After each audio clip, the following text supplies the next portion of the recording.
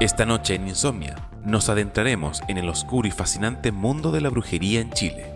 En este episodio, cargado de mitos y leyendas, haremos un aquelarre donde conversaremos de los famosos y temidos brujos del archipiélago de Chiloé, lugar que es escenario de una fascinante historia de brujería, superstición y religiosidad popular, la recta provincia. Ponte cómodo y prepárate para esta charla junto a un invitado de ultratumba, que nos revelará por qué Chile es la tierra de los brujos.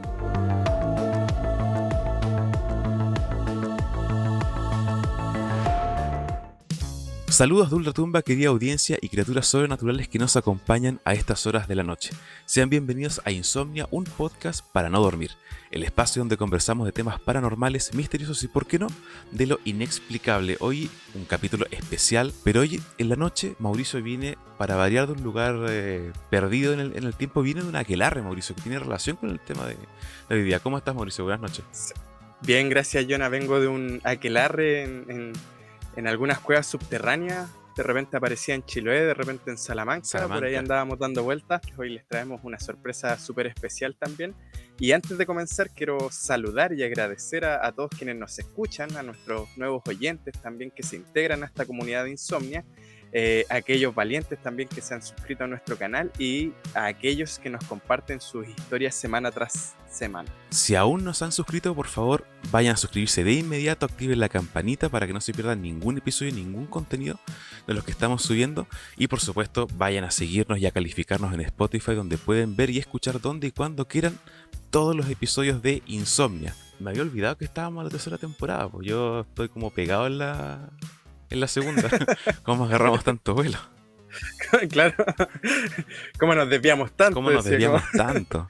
Oye, recuerden que también pueden enviarnos sus audios contándonos historias de terror, experiencias paranormales, sobrenaturales. Pueden escribir a nuestro WhatsApp más 569-8524-5572 o enviarlo también al DM de Instagram para que salga en los próximos episodios. Oye, Jonah, ¿de qué se trata el episodio de hoy? Bueno, esta noche vamos a conversar con Sergio Fritz, destacado escritor chileno cuyo trabajo se ha centrado en el mundo de la mitología, el simbolismo y las tradiciones esotéricas acá en Chile. Él es autor de obras como La Recta Provincia, una cofradía de brujos al sur de Chile, y Las Salamancas, o Cuevas de Brujería en Chile. Estos libros que exploran, ¿cierto?, profundamente los misterios de la brujería chilota y otros mitos. Sin más preámbulo, bienvenido, Sergio. Muchas gracias por estar con nosotros aquí en Insomnia. Muy buenas noches, Jonathan y Mauricio. Un gusto estar acá junto a ustedes.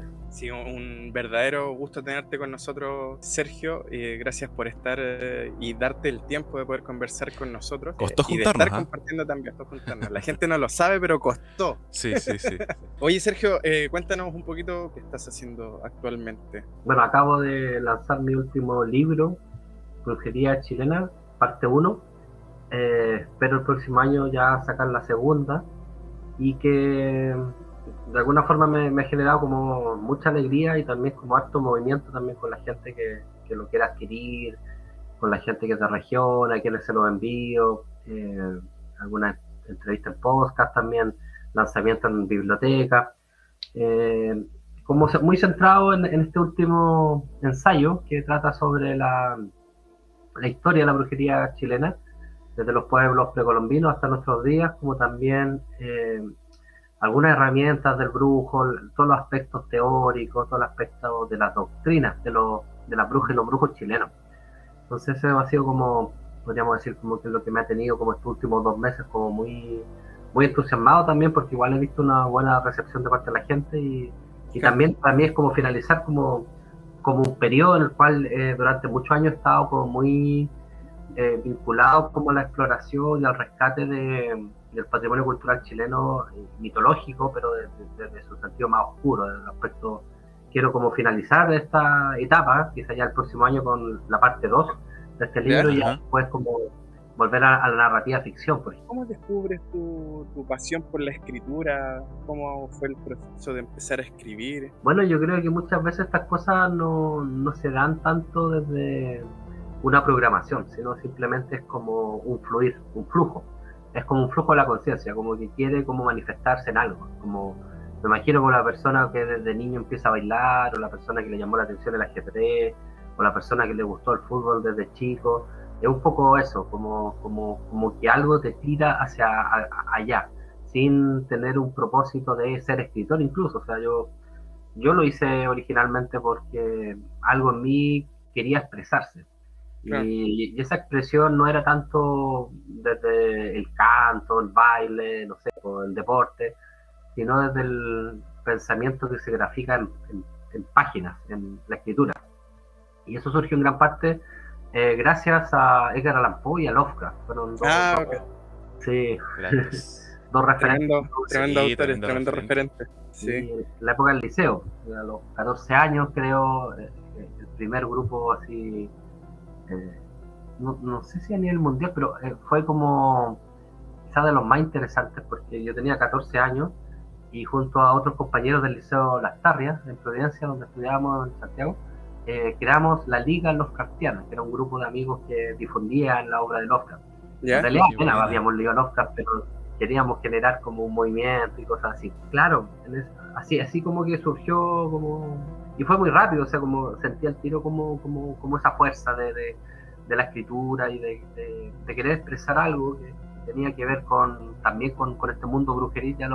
Quizás lo vamos a tratar después, porque en mí se unieron estas dos cosas. O sea, por un lado lo que es la ficción Lovecraftiana, el horror cósmico, con toda esta visión de la magia más oscura. Estas dos cosas después me di cuenta que iban muy, muy de la mano, que estaban muy cercanas. Claro, de hecho, igual eso te quería como preguntar, como qué te atrae a estudiarte estos temas como esotéricos, como mitológicos, y cómo también estos temas han ido evolucionando un poco ese interés a lo largo de tu carrera. ¿Cómo sigue todo eso? ¿Cómo te interesas de estos temas esotéricos? No sé si de repente hablabas, por ejemplo, que claro, de repente uno como que empieza a hacer la cosa y como que va avanzando, ¿no? Pero no sé si en algún punto de tu vida has podido reconocer qué es ese algo. Sí, yo creo que tiene que ver con una búsqueda personal también, que se ancla mucho también en una mirada súper disidente acerca de la existencia, como que los grandes relatos oficiales, religiosos, como que yo siempre los percibía como una cáscara de otra cosa, como que había una intoxicación, o sea, las religiones, por ejemplo. Como que sí, si bien es cierto, tenían como algo de verdad, pero había otra cosa intoxicada que muchas veces como que impedía mostrarte lo otro. Entonces, yo creo que siempre me preguntaba acerca del sentido de la existencia personal y de la humanidad. Entonces, como que eso me motivaba también como a búsquedas en organizaciones esotéricas, en religión incluso en algún momento, y en el fondo era como saber qué estamos, cómo se constituye esta realidad. Bueno, hasta el día de hoy todavía como que me lo pregunto, aun cuando creo ya al menos tener una respuesta para mí mucho más coherente. Y claro, eso también te motiva a buscar libros, a conocer gente, y todo eso se va incorporando también después en tu narrativa. Eso es súper interesante. O sea, primero tú buscas afuera, pero después tú te alimentas de eso, personas que vas conociendo, libros que leíste, música. También la música es muy importante, y después tú vas plasmando en tu propia obra ese mundo que te comiste también, del cual te alimentaste. Conversando acerca de brujería, y ahí antes tocamos un poco el tema de los mitos y las leyendas y el ocultismo. A todos los invitados le hacemos la misma pregunta, bueno, casi todos. Yo no sé, Sergio, polémica pregunta que yo creo que compromete tu carrera como escritor. No, mentira. Sergio, ¿has tenido alguna experiencia paranormal que haya influido en tu trabajo o que haya sumado quizás al interés en querer escribir sobre lo que venimos hablando? Sí, bueno, yo creo que más de una situación. Bueno, en general, muchas de estas cosas para mí tienen que ver con un texto que aquí lo tengo, la Recta Provincia, que de hecho es como mi ensayo como más conocido. donde hablo acerca de la brujería chilota y especialmente una organización de brujos que habría sido procesada en los años 1880, 1881. Y a raíz de ese libro, por ejemplo, fueron surgiendo muchas situaciones que podríamos decir paranormales, o sea, muchas sincronicidades, como decía Jung. Una de las más interesantes, a mi juicio, fue cuando yo ya estoy terminando el libro, pero me faltaba un documento importante. Yo sentía como que mi libro no iba a tener mayor validez, al menos para mí, si yo no tenía los procesos de los brujos. Claro. Y estoy hablando de esto hace cuánto, casi 10 años atrás, más o menos 8 años atrás. Y no estaban los procesos en esa época. No, Memorias Chilenas, la página web de la Biblioteca Nacional, no estaba ni siquiera ahí. Entonces no estaban los procesos judiciales donde se habían procesado estos brujos. Entonces yo dije, pero necesito esa información porque es bastante relevante. Y bueno, el asunto es que en ese momento conozco un caballero que era un gran coleccionista de cosas chilotas, que era chilote él, pero vivía en Santiago. Y me dice, te voy a hacer un regalo, donde registra como algunas páginas de los procesos judiciales, porque los procesos judiciales se supone que están en un tribunal de Ancud. Hay gente que dice que se los comieron los ratones, hay gente que dice que con el incendio se quemaron. Hay millones de historias sobre ese famoso expediente, la cosa es que nadie lo tiene materialmente. Claro. Pero por suerte, alguien, un doctor, como que anotó las piezas más importantes del proceso. Y de ahí salió un texto pequeñito que salió justamente en Punta Arenas, como ustedes son de allá, salió en Punta Arenas, como donde, bueno, hay muchos chilotes, y que salió como el año 1910, 1908, por ahí. Y ese documento de esa época, o sea, más de 100 años, este caballero me lo pasó, me lo prestó. Yo iba muy feliz porque yo decía, esta era la pieza que me faltaba. Y voy como así como sonrisa de oreja a oreja por el metro, cuando de repente al lado mío, unos chicos, una pareja, el joven de repente se pone a hablar a la niña con la que estaba y le dice, ¿tú sabías que en Chile existió una organización de brujos en Chile? No. ¿De verdad? ¿De verdad? ¿De verdad? Y le dice, y se llamaba la Recta Provincia, incluso fueron procesados por los tribunales chilenos a fines del siglo XIX. Y empieza a contarle toda la historia y yo digo, pero ¿qué está pasando? Yo hasta el día de hoy, yo tengo 49 años, nunca he escuchado una puta conversación interesante en metro. Jamás. Jamás. Pero ahí se dio. Y justo del tema. Justo el mismo día, en el momento, y yo como que quiero acercarme y le voy a decir, oye, esto es verdad, es interesante, ¿cómo supiste? Como quiero felicitar al cabro que era más joven. Wow, qué bien, que estés motivado por la historia de Chile, que busque otras cosas. Y como que me voy a acercar a él, se abre el vagón y los cabros se bajan ahí del metro. Entonces, claro, a raíz de ese libro, bueno, me pasaron muchas cosas, una anécdota que es bien conocida, que Ortega la ha mencionado, Paradis también, cuando nos íbamos a juntar los tres para un podcast justamente donde ellos me iban a entrevistar sobre este tema y bueno, ahí se me cayó el computador, se perdió el libro, por suerte yo me lo envié a mi email como 2 minutos antes que se me cayera el computador. Paradis en ese momento lo chocaron a él, entonces no pudo ir al podcast. Bueno, pasaban muchas cosas. Entonces siento como que, por ejemplo, por ese lado, como que lo paranormal siempre está. O sea, la gente que he conocido, bueno, incluso personas que han sido mis parejas muchas veces llegan por ese libro. O sea, como que ese libro como que me cambió la vida, como que me generó cosas.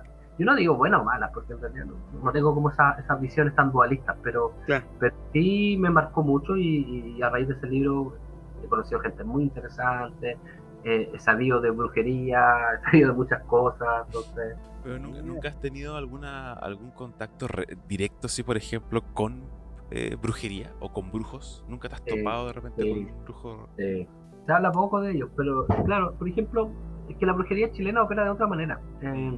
Es como súper fácil, no sé, poder ir donde un yeruba o alguien que practique, no sé, por la religión de los orichas. No recuerdo los nombres es como una especie de sacerdocio incluso en estas religiones afroamericanas.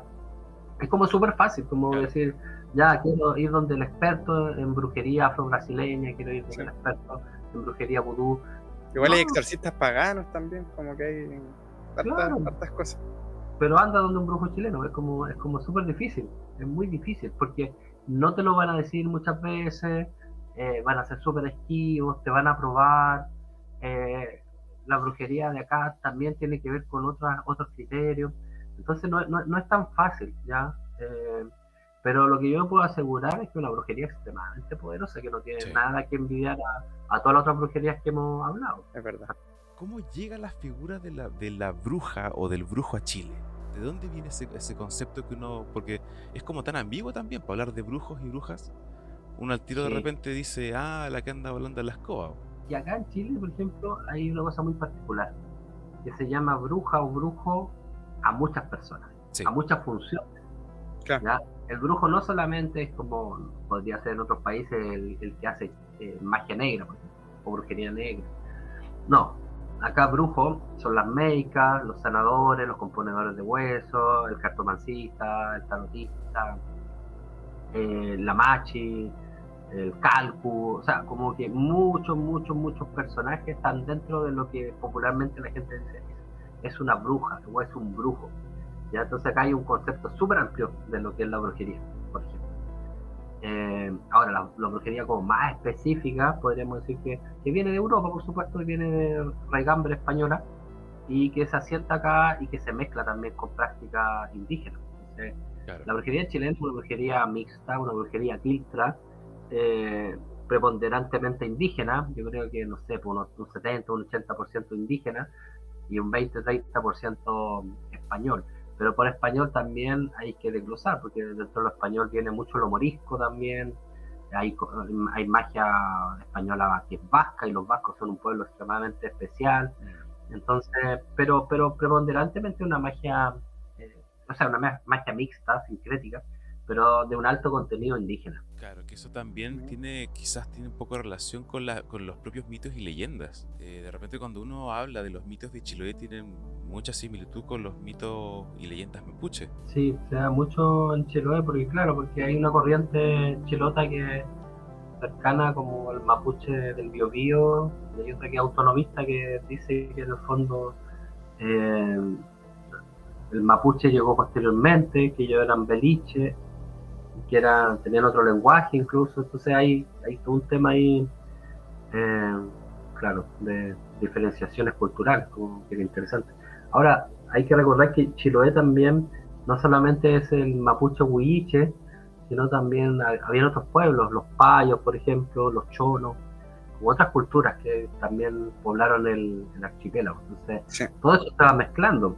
Por ejemplo, si ustedes van a Chiloé, Keilen es una zona paya, no es tan huilliche, por ejemplo. Entonces, y de hecho hay otros términos, hay nombres de pueblos que tienen que ver como con los chonos. Entonces, hay una diversidad cultural súper rica. Y después llegan los españoles más encima y traen la magia gallega, por ejemplo, pero también hay elementos vascos, castellanos, entonces se genera algo muy rico y eso es... Hay una mezcla cultural interesante.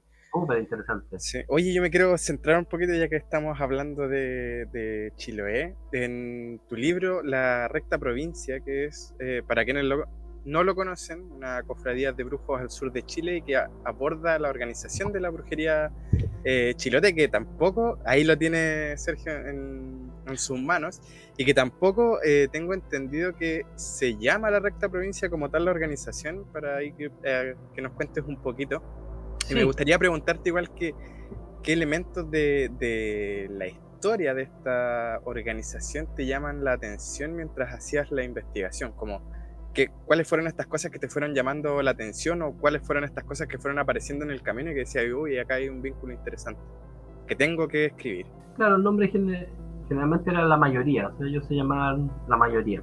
¿Y por qué la mayoría? Porque había un grupo de personas ancianas, los mayores, que eran los que dirigían a esta cofradía. Y el nombre Recta Provincia aludía más que nada a un criterio geográfico, al archipiélago chilote especialmente. Pero con el tiempo esto se mezcló y hoy día podemos hablar perfectamente de la organización como Recta Provincia, incluso como que ya hoy día se entiende indistintamente.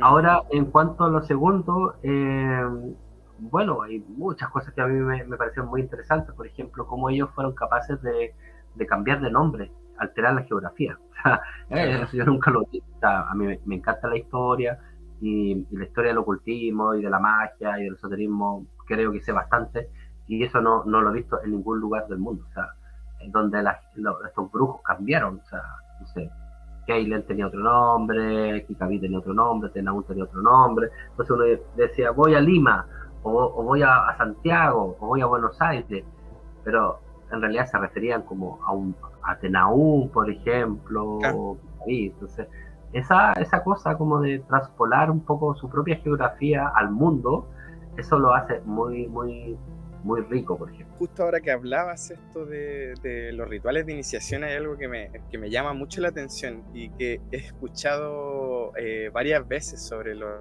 ritos de iniciación en esta cofradía de la Recta Provincia, o la mayoría, que es el tema de que para poder ser iniciado dentro de estas prácticas espirituales había que matar a alguien. ¿Es cierto eso? Hay como dos formas de encarar esto. O sea, una podría ser la literalidad de los relatos y de las declaraciones, y la otra sería ya interpretarlo desde un sentido más esotérico, justamente más simbólico. Desde el primer punto de vista, o sea, lo que se dice es nomás, entonces no requiere mayor análisis. Entonces, en ese sentido, habría sido un requisito sine qua non para ser brujo matar a un hijo. Yo creo que también esto viene un poquito de la imagen de Goya, es como que vio la imagen definitiva de cómo vamos a entender después la brujería.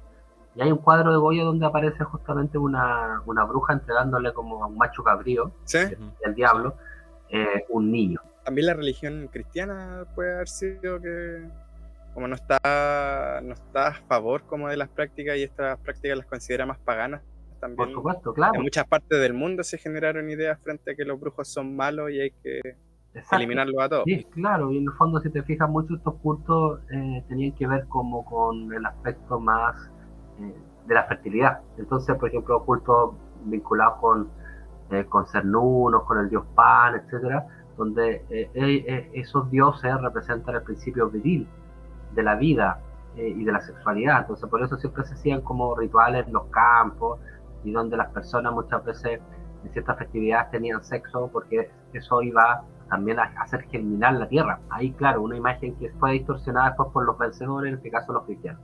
Y llega, por supuesto, a Chile, y también esta gente preponderantemente indígena de la Recta Provincia también escuchan esos otros relatos y lo incorporan como a su propio acervo. Entonces se genera una amalgama bien curiosa. La brujería es un camino espiritual. Lo que pasa es que, claro, sí, hoy día está esta distorsión sobre lo que son los brujos, y bueno, hace varios siglos, pero yo creo que ninguna bruja o brujo te va a decir que nosotros queremos hacer el mal y gozamos matando hijos. No, eso no le veo ningún sentido. Muchas prácticas también espirituales, como que, y yo lo he escuchado bastante, que hablan como de matar el ego. Sí. Y alguna vez tuve una discusión bien importante con un sujeto que me decía, yo maté mi ego. Y yo así como que quedé así como, ¿qué onda? A ver, ¿cómo me dijiste? Me dijo, es que yo empecé mi camino espiritual y maté mi ego. Y yo así como, eso no se puede hacer. Y me decía, no, sí se puede, yo lo hice. Y yo decía, pero... Y ahí como que lo hice ver de que se estaba como contradiciendo en el yo, ¿cachai? Y le empecé como a mostrar el tema. El tipo se enojó conmigo. Y se fue. Y ahí tiene que ver con esto que hablas tú también, de que podríamos catalogar como que existe un ego positivo y también un ego negativo, ¿cachai? Cuando ya algo se convierte en vanidad o un deseo como exclusivo y necesariamente necesario, que genera mal a otras personas y a uno mismo, yo creo que ya ese es un ego que es un poco más maligno frente al otro, que se ocupa como herramienta también, que es parte de nosotros, y ahí vemos cómo vamos manejando eso y cómo vamos formando este personaje, este avatar quizá identitario. Para ser brujo chilote, en el fondo había que reunir una serie de pasos, había que cumplir muchos pasos. Uno era quizá el más polémico, ¿cierto? Era este de matar al ser más querido, que nosotros lo interpretamos de un punto de vista más simbólico, en el fondo la lucha contra el yo, contra el ego. Bueno, Y consecuente con esa mirada también este tema de esta otra prueba era asistir a una caída de agua, ¿cierto? Y quitarse el bautismo cristiano. Generalmente se hacía esto Coihue, en la isla grande de Chiloé. Y bueno, hoy día se puede ir incluso, y también la gente puede ir y se quita el bautismo ahí si quiere. ¿Es como un lugar turístico? Es un lugar turístico, sí, tú pagas una entrada y vas a las cascadas de Topoico, hay más de una. Pero ¿qué significará eso? Según ciertas versiones, 3 días, o 3 veces, 7 veces, 9 veces, 12 veces, o sea, hay muchas versiones, cuántas veces tú tienes que ir a esa cascada, hacer traiguén y quitarte el bautismo. Bueno, en el fondo, si te fijas, ¿qué pasa ahí? ¿Qué está ocurriendo ahí? Es una vuelta a la naturaleza, es un volver a lo natural. Entonces imagínate un indígena, por ejemplo, un huilliche, que tenía todo su sistema, sus creencias, y de repente llega al cristianismo y se incorpora a otras cosas. Y se generan estas distorsiones porque no se sienten 100% cristianos. Entonces, volver a lo natural, en el fondo, es ir al agua, ir al agua que te limpia. Y también más encima en estos paisajes que son como tan maravillosos. Entonces, para mí eso tiene que ver con una limpieza, ¿ya?, de toda la ideología cristiana que se inculcó con presión, con fuerza, con coacción, con violencia, en toda América. ¿Sí? No hay que ser ingenuos tampoco, o sea, obviamente que hay un mérito en la cultura española y nosotros somos herederos, por ejemplo, el lenguaje español es maravilloso, pero tampoco podemos negar que esto se hizo de manera no se hizo de manera violenta. Entonces, volver a lo natural para el indígena era volver a la casa, a sentirse puro, a sus creencias naturales. Entonces, tiene que ver con eso, a mi juicio. También escribiste sobre las salamancas o cuevas de brujería en Chile. Coméntanos un poco acerca de este ensayo y qué mitos y leyendas están en él. Y en este ensayo, claro, yo intento como hacer una especie de mapa, de alguna forma, mapear como algunos de los puntos centrales de cuevas de brujos en el país. Ahora, honestamente está lleno de cuevas de brujos. O sea, yo creo que de la cuarta región hacia, no sé, hasta Aysén, por decir algo, ¿ya? Está lleno, o sea, está no lleno. Hay pueblo. No hay pueblo que no tenga una cueva. Entonces yo dije, esto es interesante porque en el fondo, ¿qué es la cueva? ¿Qué representa la cueva? Entonces representa el útero, la matriz, lo femenino, la sombra, la oscuridad de la cual va a nacer la luz. O sea, el simbolismo de la cueva es como muy, muy interesante. Y claro, ahí me di cuenta que había muchas cuevas donde inicialmente los indígenas se reunían, pero los indígenas más, podríamos decir, como también no cualquiera, sino como los que tenían un conocimiento, un kimun. Y por otro lado, los brujos, posteriormente. Entonces, cuando llegan los españoles, ¿cierto?, y ven que hay gente que se reúne en cuevas y se escuchan gritos, cantos, guitarreo, baile, dicen, esto va a estar haciendo lo mismo que están haciendo en Salamanca, en España, en la Salamanca española. Y le llaman a estas cuevas de brujos Salamancas, ya por alusión a su España. De hecho, igual hablábamos en el episodio pasado con Jonah acerca de la conexión que hay entre estas cuevas, porque claro. según la mitología, claro, habla de que, por ejemplo, Chile está conectado como por cuevas subterráneas, y que, por ejemplo, es curioso porque se conecta el norte, el centro y el sur de Chile a través de cuevas, y específicamente como que nosotros también tenemos un pueblo llamado Salamanca, donde hay una cueva precisamente de brujos. En Talagante supuestamente hay otra cueva de brujos, y que conecta también con la cueva de Chiloé, y entre esos 3 puntos se conecta todo Chile. Entonces es súper curioso eso de las creencias sobre las cuevas, y como bien dices tú, también deben haber muchas más cuevas, ¿cachai? Es maravilloso, o sea, realmente es maravilloso. O sea, yo no sé en qué otra parte del mundo existe una mitología así tan rica y una brujería como tan jerárquica, claro, tan establecida territorialmente. Y claro, efectivamente, como tú dices, de hecho hay cosas súper interesantes porque es como el Chile clásico en el fondo, que no está con las primeras regiones que eran peruanas, bolivianas en algún momento, sino es como el Chile clásico antiguo, donde estarían estas cuevas principalmente. Y parte justamente con Salamanca o también la cueva de de Casuto, pero está cerca de Salamanca. Entonces, Ajá. desde ahí se parte. Y bueno, las últimas estarían en Chiloé, pero yo creo que posiblemente no he indagado mucho yo, la verdad, como en lo que es Aysén y Magallanes, y también es que haya alguna otra cueva. Acá en Magallanes, como tú bien lo dijiste delante, hubo mucha migración del pueblo chilote. De hecho, ¿quién no viene de una familia chilota acá? Y junto también trajeron las tradiciones, las costumbres, los mitos, las leyendas, todo esto que pasa de generación en generación. De hecho, hace tiempo atrás lo hablamos, de que muchos de estos chilotes dicen que también han visto el caleuche en aguas magallánicas. Justamente acá en un sector que está cerca de Punta Arenas, que se llama Barranco Amarillo, que es una localidad muy pequeñita, está como a 20 minutos en auto acá de Punta Arenas. Bueno, por muchos años ese fue el pueblo de los brujos, era conocido como el pueblo de los brujos, ¿ya? Por mucho tiempo también se habló de que había una cueva, de que hacían aquelarres, de que hacían estos típicos trabajos de brujería. Entonces quizás habría como que investigar para añadirlo quizás en una nueva edición, en un nuevo tomo, ¿cierto?, de este libro. Está interesante eso, sí. Sí, hay también por ahí, bueno, en brujería chilena, estoy intentando a ver si lo encuentro, porque siempre me pasa lo mismo, quiero encontrar algo y desaparece. Pero, por ejemplo, en relación a Punta Arenas, quizás a ustedes les suena, a ver, calle Fagnano, esquina Chiloé, ¿ya? Sí, correcto. Ahí hubo un almacén que, según la gente, tenía pacto con el caleuche. Ah, perfecto, sí, pero hace muchos años, ya, sí. Muchos años. Que curiosamente, Sergio, en la esquina contraria está la catedral de Punta Arenas. Wow. En la esquina de abajo, en la misma Fagnano, Fagnano con José Nogueira. Sí, con José Nogueira, perdón. Claro, de punta a punta estaba esa casa y abajo estaría la catedral. Sí, sí. Y curiosamente es súper interesante, y también ese mismo fenómeno de este pacto con el caleuche ocurría, o se dice que ocurría, en Puerto Natales. Hace ¿sí? Muchos años atrás.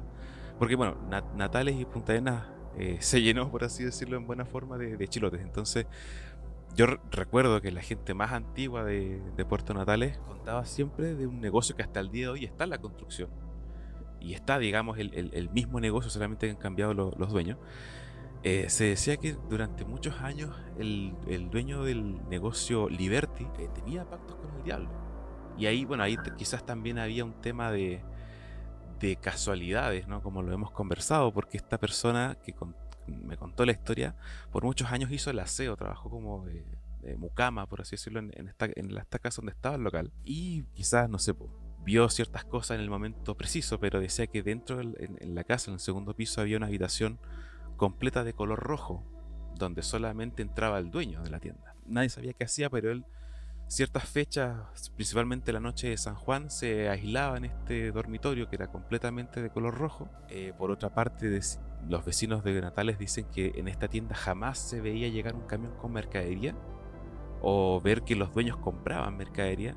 Sin embargo, la tienda siempre estaba repleta de productos y llenísima de clientela. Ahora, a mí eso me parece súper interesante porque justamente en brujería chilena, como que lo menciono de paso, porque yo hace poco estuve en Maullín, que está como de Puerto Montt hacia la costa, y en Maullín está la Casa Pérez, y la Casa Pérez también se decía que la señora Pérez, antiguamente ella tenía tratos con el caleuche, y era un lugar donde llegaba platería, joyería, que ni siquiera existía en Santiago, o sea, que llegaba directamente para allá, y que la traía al muelle, el caleuche, cuando ella se reunía.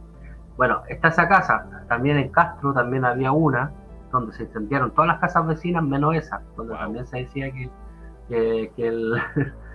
había pacto con el caleuche, también de Punta Arenas que mencionamos, de calle Fagnano. Ahora tú me mencionas esta otra Puerto Natal, entonces es como que se da mucho eso, como que habían ciertos emporios o almacenes que eran administrados por estos brujos que venían del caleuche, y eso es muy Lovecraftiano, porque si usted lee a Lovecraft, La sombra sobre Innsmouth, te habla de eso justamente, estos seres que son medio peces, medio humano, y de hecho la historia, así, el mito de cómo surge el pueblo chilote es la fusión de mujeres mapuche, huilliche, con toninas. Y las toninas Claro. son como esta especie de delfines. Y ahí está, pues, o sea, totalmente el mito es muy Lovecraftiano. Entonces, si te gusta Lovecraft, te va a gustar Chiloé y toda su mitología. Una pregunta, digamos, para que también los que se vienen incorporando a este episodio y de repente no están muy conectados con el tema de la brujería. Muchos tienen distintas versiones de una aquelarre, pero en este libro tú hablas de aquelarres, pero ¿qué sucede en estas reuniones de brujo? Sí, bueno, como siempre tenemos muchas veces la versión del enemigo. Entonces, Claro. el aquelarre es visto por la cara del inquisidor, por ejemplo. Entonces es difícil saber realmente lo que sería un aquelarre. Ahora, al parecer sería como un ritual donde estaría este ser que es el diablo en el fondo, y que es como el maestro, ¿ya? El maestro de la brujería, el maestro del arte, y que va a vincularse con todas las personas que asisten. Todo esto en un ambiente muy lúdico, de música, Claro. de expresión sexual. En el fondo es como todo lo que no es una misa, ¿ya? Una misa es un lugar, es un momento, es un ritual o sea, de calma, de pudor, de sumisión a Dios.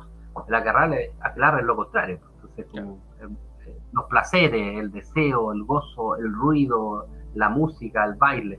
La misa es totalmente calmo, tranquilo, silencioso, meditación. Es interesante la figura también tú hablas de los guardianes de las cuevas en las Salamancas. ¿A qué, digamos, podríamos asimilar eso?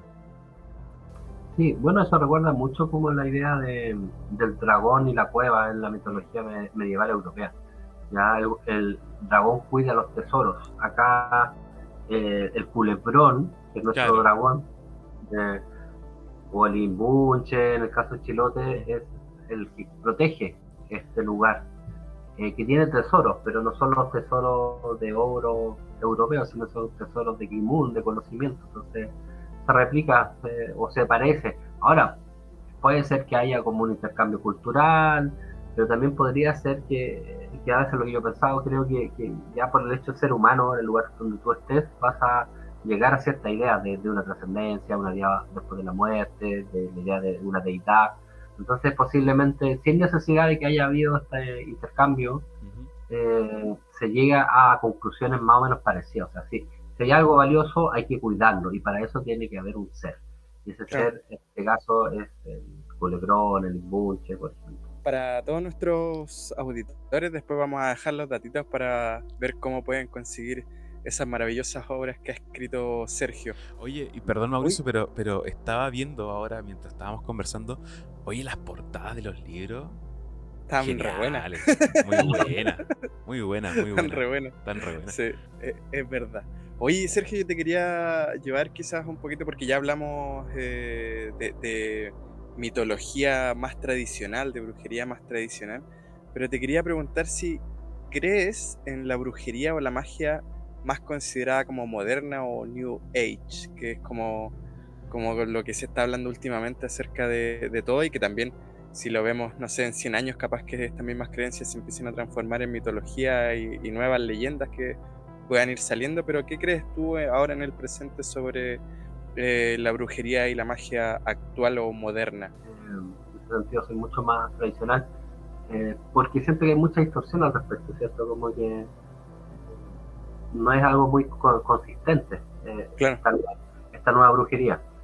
Distinto el caso, sí, por ejemplo, de la magia del caos, de una mirada moderna sobre la magia, no de la brujería, de la magia, que sí me parece muy interesante, y porque es muy honesta, muy honesta. Claro. Y tú puedes mezclar como distintos elementos, incluso la cultura pop, el rock, da lo mismo, tú puedes fusionarlo.